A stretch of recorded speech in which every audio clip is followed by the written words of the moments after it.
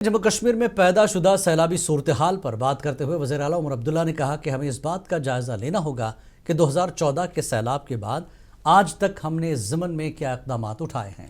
श्रीनगर में मीडिया से बात करते हुए उमर ने कहा कि ये भी देखना होगा कि जो पैसा मरकज़ ने भेजा उसका कहाँ इस्तेमाल हुआ।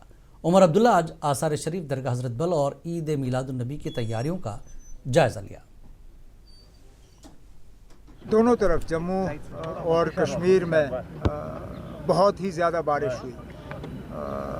ऊपर वाले ने बचाया। अगर एक डेढ़ दिन बारिश और होती तो बहुत ही ज़्यादा मुश्किल का सामना हमें करना पड़ता, लेकिन अब पानी उतरना शुरू हो गया है। जम्मू में तो बहुत ही जल्दी उतर जाता है, यहाँ उतरने में थोड़ा सा टाइम लगता है, लेकिन पानी उतरना शुरू हो गया है। फ़िलहाल तो हम इस खतरे से निकल चुके हैं, लेकिन आगे जाके मुझे खुद अफसरों के साथ बैठ के ये समझना होगा कि आखिरकार 2014 के बाद हमने किया क्या।